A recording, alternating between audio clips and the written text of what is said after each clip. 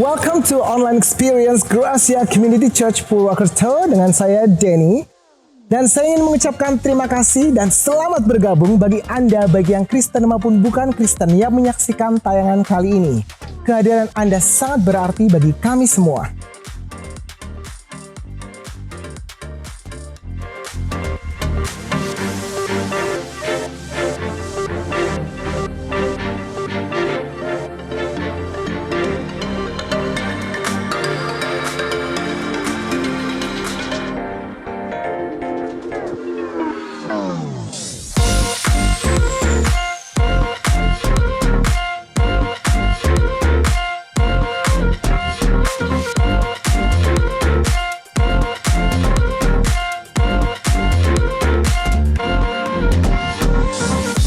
Teman-teman, pada tanggal 21 April yang lalu, bangsa Indonesia memperingati Hari Kartini, seorang pahlawan nasional yang memperjuangkan hak-hak wanita untuk memperoleh kebebasan dalam berbicara, persamaan hukum, dan pendidikan yang layak.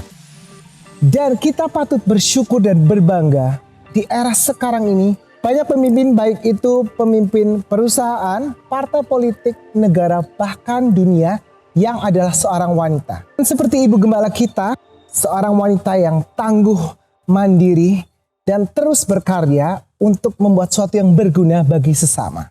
Dan sebentar lagi kita akan menyaksikan khotbah oleh beliau. Sebelum itu, kita akan mendengarkan nyanyian oleh rekan saya Ruth yang diiringi oleh gitar akustik oleh Bion yang pastinya akan bawa sukacita bagi kita semua. So, stay tuned, don't go anywhere, and enjoy!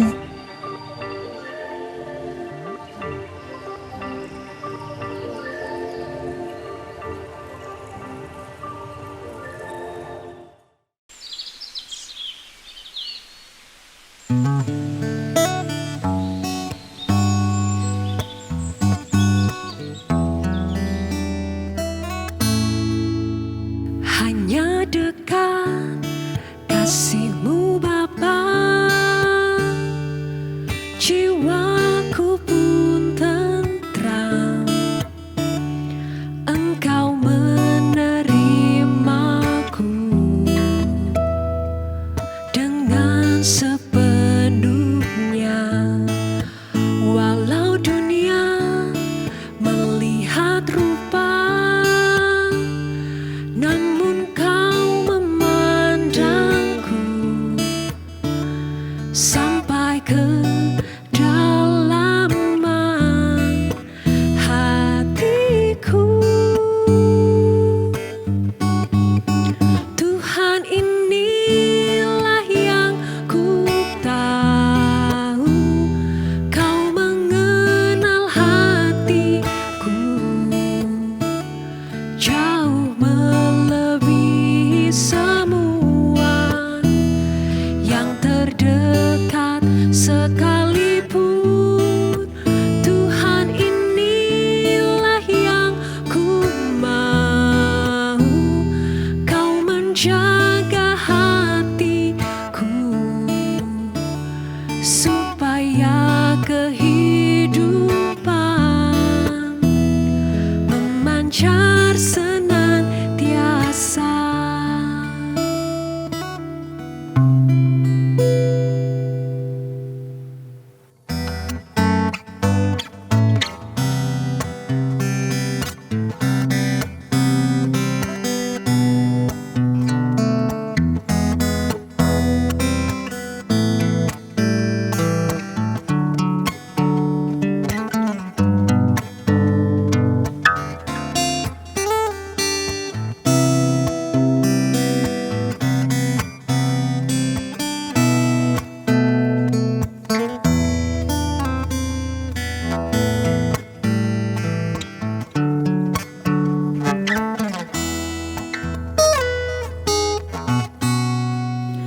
Tuhan, inilah yang ku tahu, Kau mengenal hatiku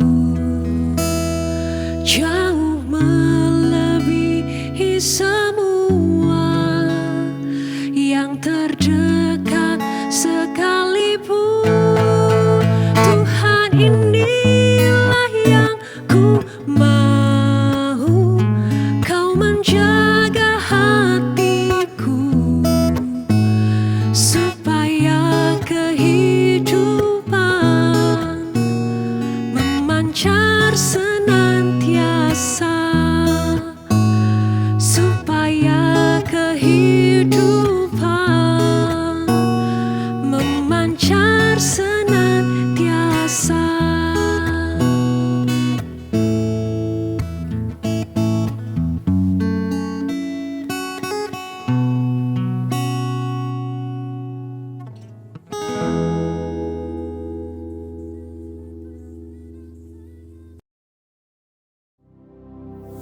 Puji Tuhan, selamat bergabung kembali dalam ibadah pada hari ini. Doa dan harapan saya, semua sehat-sehat berkat pemeliharaan Tuhan. Bagi teman, kerabat yang sedang menjalankan ibadah puasa Ramadan, kiranya diberi kekuatan untuk menjalani dan kemampuan menyelesaikannya. Bagi Bapak Ibu yang sudah divaksin, tentunya lebih sehat dari hari-hari yang lalu. Yang belum divaksin, kita siapkan diri baik-baik, jangan takut, dan gunakan kesempatan mendapat vaksin dengan sebaik-baiknya. Jangan sampai kita menyesal karena tidak menggunakan kesempatan yang sudah disediakan pemerintah dengan sebaik-baiknya. Kita akan mempelajari ucapan bahagia yang ketujuh. Matius 5 ayat 9 mengatakan, "Berbahagialah orang yang membawa damai, karena mereka akan disebut anak-anak Allah." Saudara-saudara, dunia ini memang penuh dengan kekerasan, dengan konflik, dimulai dari lembaga terkecil, yaitu keluarga, sampai dengan yang paling luas, mungkin negara. Saat dimulai situasi pandemi 2019, ternyata tingkat perceraian sangat tinggi di lembaga paling dasar, yaitu keluarga. Mengapa? Karena timbulnya ketidakpuasan dalam keluarga, dan saat konflik terjadi dan tidak diselesaikan dengan baik, sehingga mereka kehilangan damai yang mengakibatkan perceraian. Kelahiran Kristus ke dunia adalah membawa damai bagi dunia. Dia adalah pribadi yang lemah lembut dan rendah hati. Kristus ingin setiap kita memiliki damai dan jadi pembawa damai. Kita tidak bisa menjadi pembawa damai kalau kita belum mendapatkan dan mengalami damai lebih dahulu. Orang yang membawa damai Kristus harus jujur. Tidak boleh ada kebohongan, tidak boleh ada hoax, memiliki perkataan yang jujur dan membawa kebenaran. Berita yang tidak benar akan membawa kebinasaan. Orang yang suka gosip, suka membicarakan orang lain, bukanlah pembawa damai, karena mereka menimbulkan kemarahan dan menimbulkan keonaran di sana-sini, juga menyebabkan orang jadi malu. Apalagi sekarang, gosip dan suka membicarakan orang lain sudah bermutasi lewat media sosial yang tidak bisa dipertanggungjawabkan, dan itu merupakan virus yang akan lebih mematikan. Karena gosip dan membicarakan tentang seseorang bisa tersebar kemana saja, tak terbatas. Perkataan, baik lisan maupun tulisan, mencerminkan isi hati seseorang. Kalau perkataannya menimbulkan masalah, itu menunjukkan bahwa orangnya sedang bermasalah. Orangnya culas, dengki, iri hati. Orang-orang semacam inilah biasa sering menimbulkan kekacauan melalui perkataannya. Tuhan Yesus mengatakan, apa yang keluar dari mulut berasal dari hati, dan itulah yang menajiskan orang. Karena dari hati timbullah pikiran jahat, pembunuhan, perzinahan, sumpah palsu, dan hujat. Tetapi orang yang suka damai dan membawa damai mempunyai pikiran dan hati yang baik. Filipi 4 ayat 8 mengatakan, jadi akhirnya saudara-saudara, semua yang benar, semua yang mulia, semua yang adil, semua yang suci, semua yang manis, semua yang sedap didengar, semua yang disebut kebajikan dan patut dipuji, pikirkanlah semuanya itu. Orang yang suka damai dan pembawa damai akan memikirkan yang baik dan benar. Orang semacam ini yang berbahagia. Karena bagi mereka yang membawa damai disebut sebagai anak-anak Allah. Jadilah pembawa damai, karena hidup kita akan berbahagia sebagai anak-anak Allah. Di kota Ambon pada tahun 2009 diresmikan Monumen Perdamaian Dunia yang ke-35. Monumen ini berbentuk gong besar berdiameter sekitar 2 meter dengan permukaannya berisi gambar-gambar bendera negara seluruh dunia, dan bagian tengahnya terdapat lambang agama-agama besar yang ada di dunia. Gong raksasa ini didirikan sebagai momentum perdamaian, di mana 10 tahun sebelumnya terjadi kerusuhan besar di Ambon yang bernuansa SARA. Gong besar yang didirikan di tengah kota Ambon ini menjadi peringatan bagi seluruh dunia, khususnya bagi bangsa Indonesia, untuk menjunjung tinggi toleransi, menghormati kemajumukan, dan hidup rukun serta bersatu sebagai sebuah negara yang berlandaskan Bhinneka Tunggal Ika.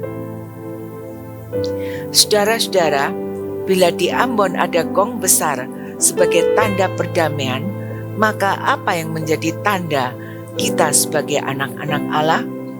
Matius 5 ayat 9 mengatakan, berbahagialah orang yang membawa damai, karena mereka akan disebut anak-anak Allah. Menjadi pembawa damai merupakan tanda bahwa kita akan disebut sebagai anak-anak Allah. Yang dimaksud Tuhan Yesus di sini bukan perhentian permusuhan antara sesama manusia, tetapi perhentian permusuhan antara manusia dengan Allah. Bagaimana menghentikan permusuhan antara manusia dengan Allah? Dengan memberitakan Injil. Karena Injil menceritakan tentang perdamaian manusia dengan Allah setelah manusia dibebaskan dari dosa.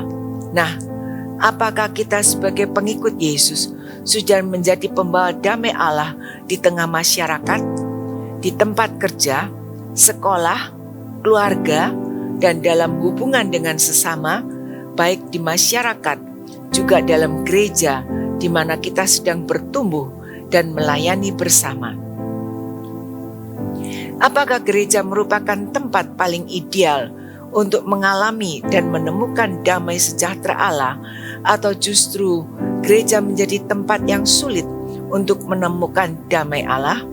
Sinclair Ferguson mengatakan, merusak damai di dalam gereja sama halnya menghina doa maupun berkat Kristus. Kalimat ini sangat keras dan tegas, karena gereja dipanggil untuk menghadirkan damai sejahtera Allah di bumi.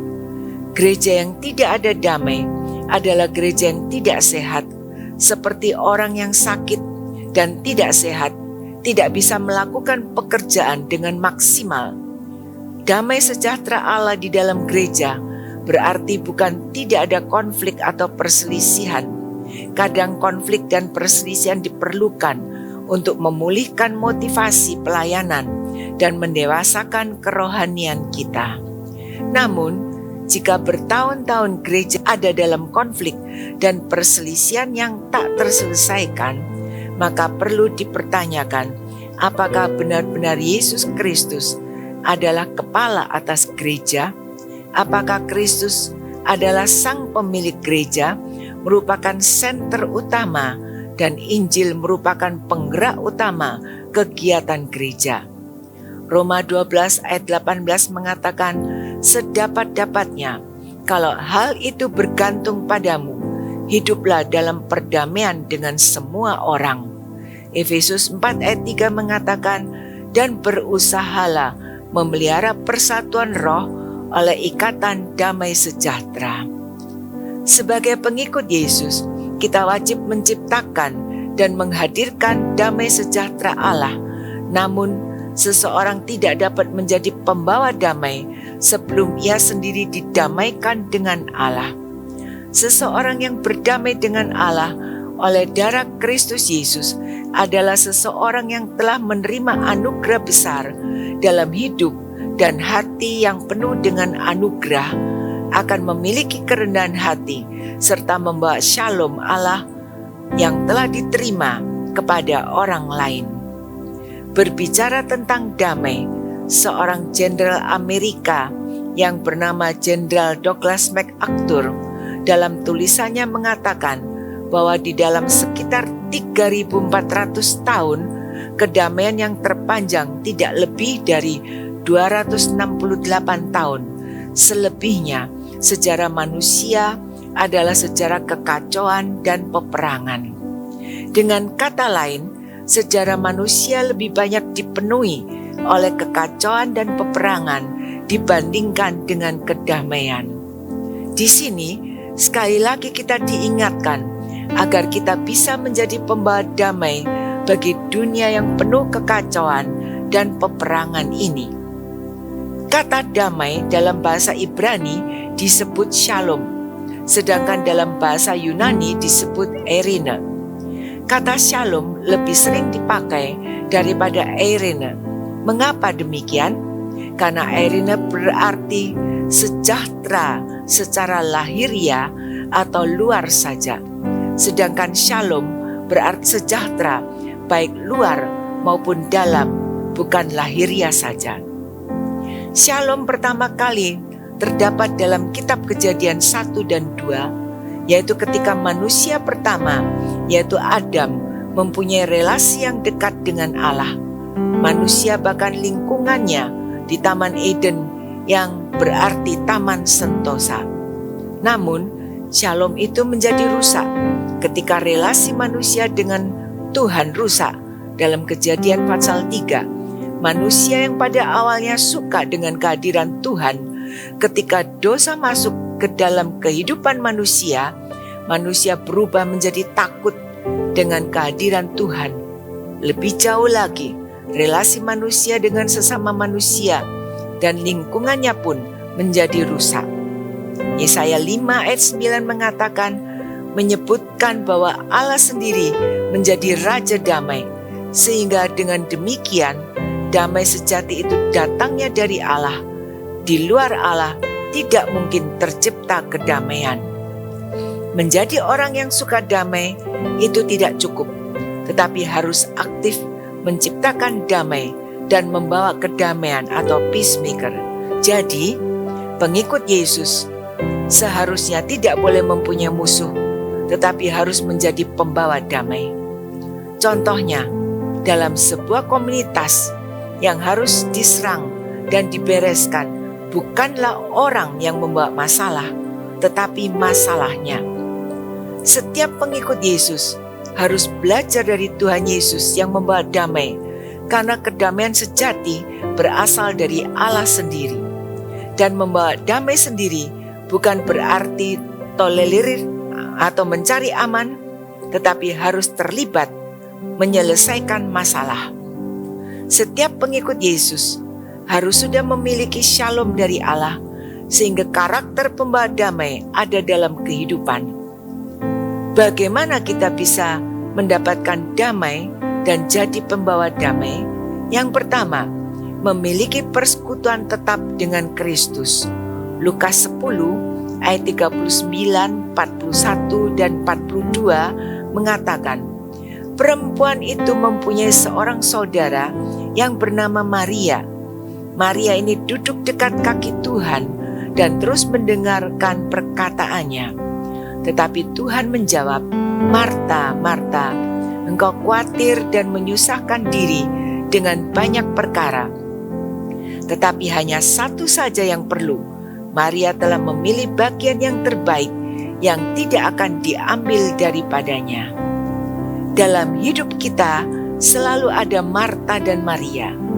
Ada yang bisa mendengar dan ada yang sibuk bekerja. Biasanya kita cenderung membandingkan kedua perempuan ini dan mengatakan bahwa Marta tidak sebaik Maria. Di dalam gereja, kita juga memiliki Marta, orang yang selalu sibuk dan repot untuk merencanakan segala sesuatu. Ada juga Maria yang duduk dengan tenang, mendengarkan dan menikmati firman Tuhan.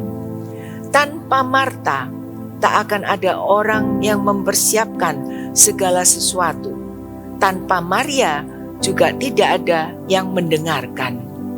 Tuhan Yesus tidak pernah mengatakan bahwa mengerjakan sesuatu dan melayani adalah hal yang buruk, tetapi Dia mengatakan bahwa bagian yang terbaik adalah mendengarkan perkataan Tuhan Yesus. Kesalahan Marta adalah ketika dia meminta Tuhan Yesus untuk menegur Maria karena ada unsur kecemburuan, karena Tuhan Yesus membiarkan Maria duduk di dekat kaki Yesus. Marta ingin menunjukkan bahwa tindakan yang benar adalah sikap dirinya yang menyibukkan diri dengan melakukan pelayanan. Dalam kehidupan sehari-hari, orang yang disibukkan dengan pelayanan kadang merasa dirinya lebih baik dari mereka yang duduk diam dan mendengarkan firman Tuhan. Intinya adalah kita harus memperhatikan yang utama, memiliki persekutuan yang tetap dengan Kristus. Kita boleh sibuk melakukan pekerjaan kita, tetapi kita harus memiliki dan mengambil waktu teduh dan berdoa, menjadikan hal ini prioritas dalam hidup kita. Dari kisah ini, kita mendapat pelajaran bahwa ada yang utama yang harus dikerjakan, tetapi ada lagi yang lebih utama yang harus diperhatikan. Bila di depan mata kita melihat yang lebih utama, maka kita tidak akan menyia-nyiakan kesempatan yang ada. Hanya satu yang perlu, yaitu Kristus, yang dimiliki Maria dengan duduk di bawah kaki Yesus dan mendengar serta memperhatikan perkataannya. Sedangkan Marta tidak memiliki apa yang dimiliki oleh Maria, sehingga Marta tak mengalami ketenangan dan kedamaian. Kita boleh menjadi Marta di luar, tetapi jangan menjadi Marta di dalam. Di dalam harus ada Maria yang memiliki hubungan dengan Kristus dan tetap bersama dengan Kristus, agar kita memiliki damai dan menjadi penyalur damai Kristus. Yang kedua, menyatakan keinginan kepada Tuhan lewat doa. Filipi 4 ayat 6-7 mengatakan, janganlah hendaknya kamu khawatir tentang apapun juga, tetapi nyatakanlah dalam segala hal keinginanmu kepada Allah dalam doa dan permohonan dengan ucapan syukur. Damai sejahtera Allah yang melampaui segala akal akan memelihara hati dan pikiranmu dalam Kristus Yesus. Setiap orang pasti punya keinginan, tetapi juga kekhawatiran. Sering kita membawa apa yang menjadi keinginan dan kekhawatiran kita dalam doa, karena kita tahu bahwa berdoa itu penting, tetapi sayangnya sedikit yang mau bersungguh-sungguh dalam doa. Berdoa bukan sekedar meminta apa yang kita mau kepada Tuhan, tetapi lebih dari itu, yaitu bagaimana kita mengerti dan memahami apa yang Tuhan mau, sehingga kita tidak memaksa Tuhan untuk mengikuti kemauan kita, tetapi belajar mengikuti kehendak Tuhan. Doa merupakan wujud kebergantungan kita kepada Tuhan secara mutlak dan bukan sekedar sikap rohani biasa, tetapi menunjukkan hubungan dengan Tuhan. Ketika kita berdoa, Tuhan mendengar, dan karena Dia mendengar, maka Dia akan menjawab doa kita. Sering kita keliru menginterpretasi atau memberi kesan tentang jawaban doa dari Tuhan. Berdoa merupakan sarana yang disediakan Tuhan untuk kita berbicara kepada Tuhan. Melalui doa kita menyampaikan permohonan kepada Tuhan dan mengharapkan Tuhan dengan belas kasihan-Nya untuk memberikan apa yang kita minta. Apakah semua doa kita tidak dijawab Tuhan? Tentu jawabannya adalah tidak, sebab ada banyak orang yang sudah menerima jawaban doa dari Tuhan. Kalau begitu, apakah semua doa kita dijawab oleh Tuhan? Jawabannya juga tidak, sebab ada juga doa yang tidak dikabulkan Tuhan. Yakub 5 ayat 16 mengatakan, doa orang yang benar, bila dengan yakin didoakan, sangat besar kuasanya. Kecenderungan setiap kita ingin berdoa sesuai dengan keinginan kita sendiri. Sebab memang bukan sesuatu yang mudah untuk kita berdoa dan menyerahkan segala sesuatu sepenuhnya kepada Tuhan. Karena setiap kita juga punya keinginan. Keinginan manusia memang tidak sama dengan kehendak Tuhan. Tetapi kita harus belajar menuruti kehendak Tuhan. Karena hanya kehendak Tuhan yang terbaik untuk kita. Sering kita beranggapan bahwa rancangan Tuhan atas manusia itu selalu baik.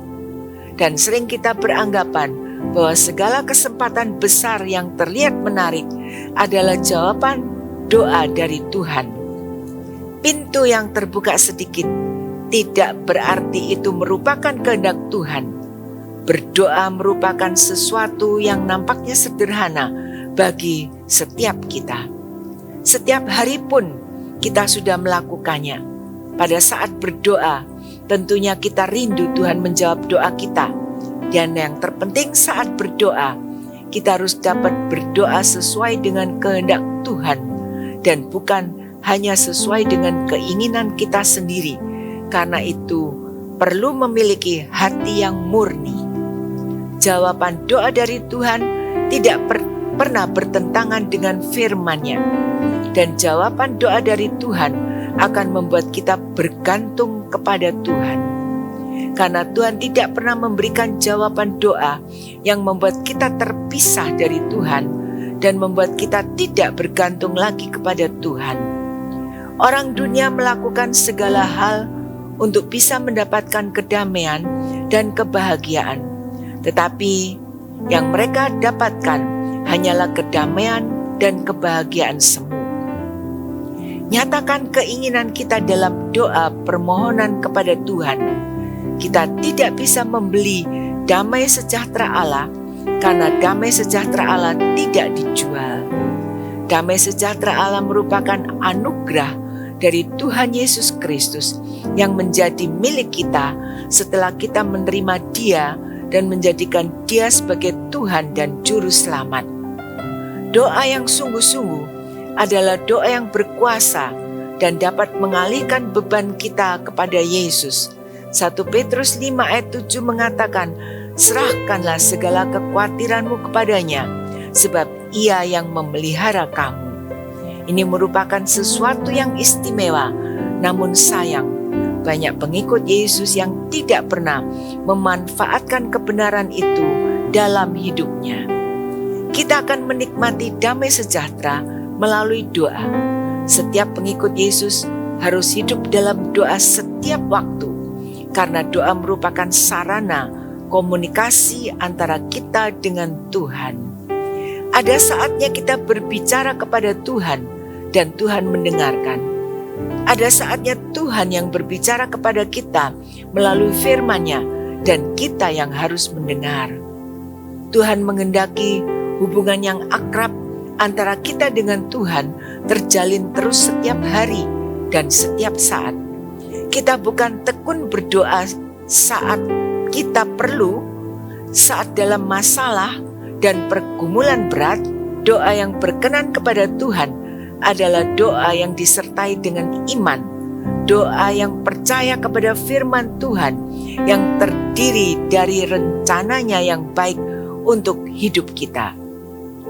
Mungkin selama ini doa kita belum dijawab Tuhan. Jangan langsung menyalahkan Tuhan. Kita akan memeriksa bagaimana cara kita berdoa.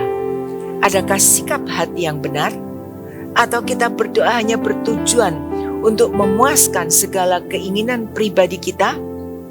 Tuhan tahu persis apapun yang menjadi kebutuhan kita. Dia pasti akan memenuhi kebutuhan kita.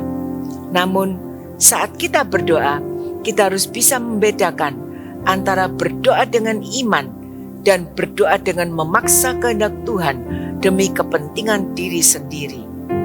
Berdoalah kepada Tuhan bukan pada saat kita membutuhkan segala sesuatu, tetapi berdoalah kepada Tuhan setiap saat untuk membangun keintiman dengan Tuhan. Untuk mengalami damai sejahtera dalam hati, kita harus belajar menyatakan segala keinginan dalam permohonan, doa, dan ucapan syukur. Saat mengalami masalah dalam hidup, segera berdoa dan menyerahkan kepada Tuhan. Damai Allah akan datang dan memelihara hati dan pikiran kita. Saat kita berdoa, kita memiliki iman yang hidup. Yang ketiga, belajar taat sehingga memiliki damai dari Allah. Matius pasal 11 ayat 28-30 mengatakan, "Marilah kepadaku semua yang letih lesu dan berbeban berat, aku akan memberi kelegaan kepadamu. Pikulah kuk yang kupasang dan belajarlah padaku, karena aku lemah lembut dan rendah hati, dan jiwamu akan mendapat ketenangan. Sebab kuk yang kupasang itu enak dan bebanku pun ringan." Kepada siapa Tuhan menawarkan undangan ini? Undangan ini ditawarkan kepada semua orang yang mengikut Tuhan, terutama orang yang letih lesu dan berbeban berat, yaitu orang-orang yang merasa penat sehingga sama sekali tidak berdaya karena beban hidup mereka. Beban berat yang dialami manusia sebenarnya merupakan hal yang wajar, karena mungkin ada dosa yang belum diselesaikan sehingga membuat hidup tidak damai. Tuhan mengundang semua yang berbeban berat, karena Tuhan akan memberikan kelegaan, kedamaian, tentunya dengan kita menyelesaikan masalah dosa kita, agar pengampunan Tuhan kita terima, sehingga damai Kristus meliputi hidup kita. Bagaimana supaya kita bisa menerima damai dari Tuhan?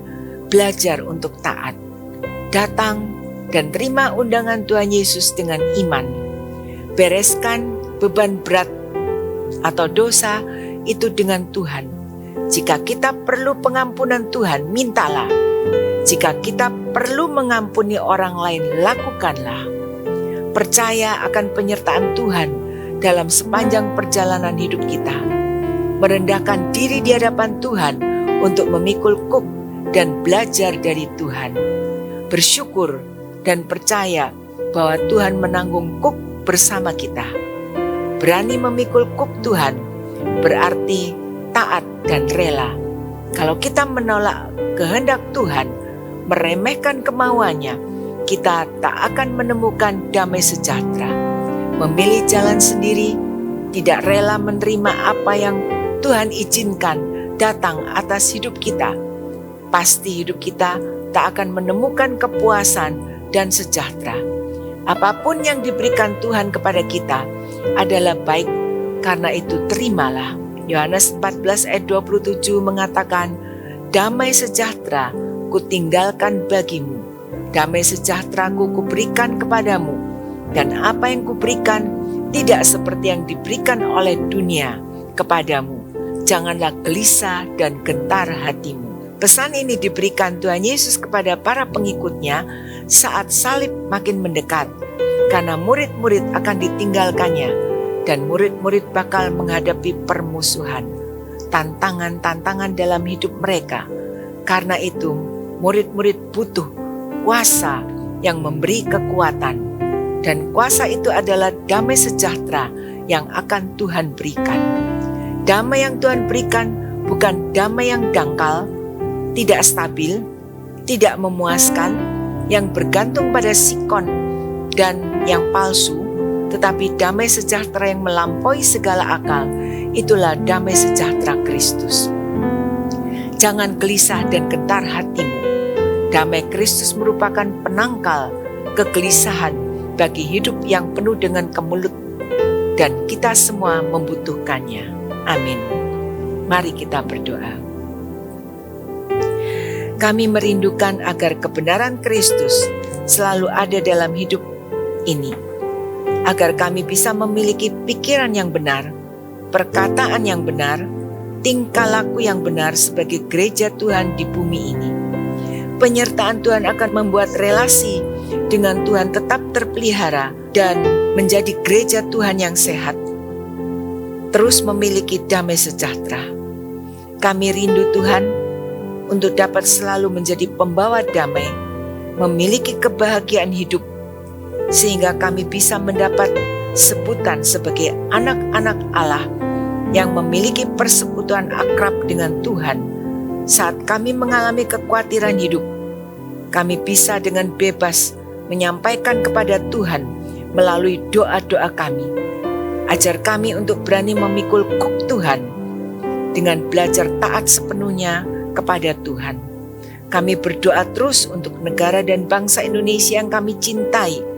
Berikan kedamaian, keamanan, perlindungan dari segala bencana-bencana alam yang akhir-akhir ini banyak terjadi dan membuat ketakutan banyak orang. Kami juga berdoa untuk program vaksinasi untuk seluruh penduduk Indonesia agar dapat berjalan dengan lancar, sehingga semua rakyat Indonesia memiliki tubuh yang sehat.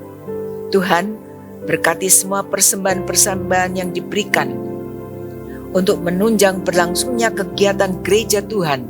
Berkati balik tangan-tangan yang sudah memberikan persembahan dengan ketulusan hati dan penuh tanggung jawab dengan berkat ganda dari surga. Saudara-saudara, terimalah berkat Tuhan. Tuhan memberkati dan melindungi engkau. Tuhan menyinari engkau dengan wajah-Nya dan memberikan kasih karunia.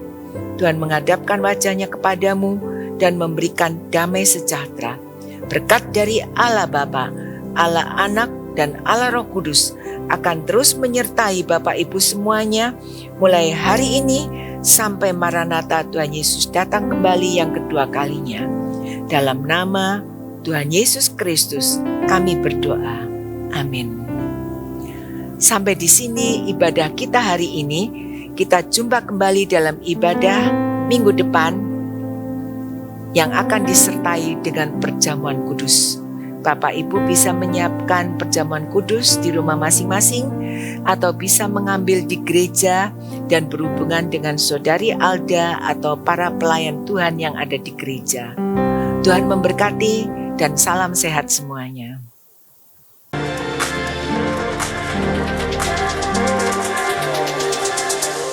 Terima kasih kami ucapkan kepada Ibu Pendeta Lois untuk firman-Nya yang sudah menguatkan dan memberkati kita semua. Dan apresiasi luar biasa kami ucapkan kepada rekan kami, tim GCC Purwokerto yang sudah sangat kompak dan antusias dalam pelayanan ibadah online hari ini. Terima kasih kami ucapkan kepada Bapak Ibu teman-teman semua yang sudah setia memberikan persembahan. Semoga Tuhan memberkati usaha pekerjaan Bapak, Ibu, dan teman-teman semua. Dan bagi teman-teman semua yang ingin memberikan persembahan, bisa langsung ke kotak persembahan yang ada di gereja, ataupun bisa transfer ke nomor rekening yang tertera di layar Anda.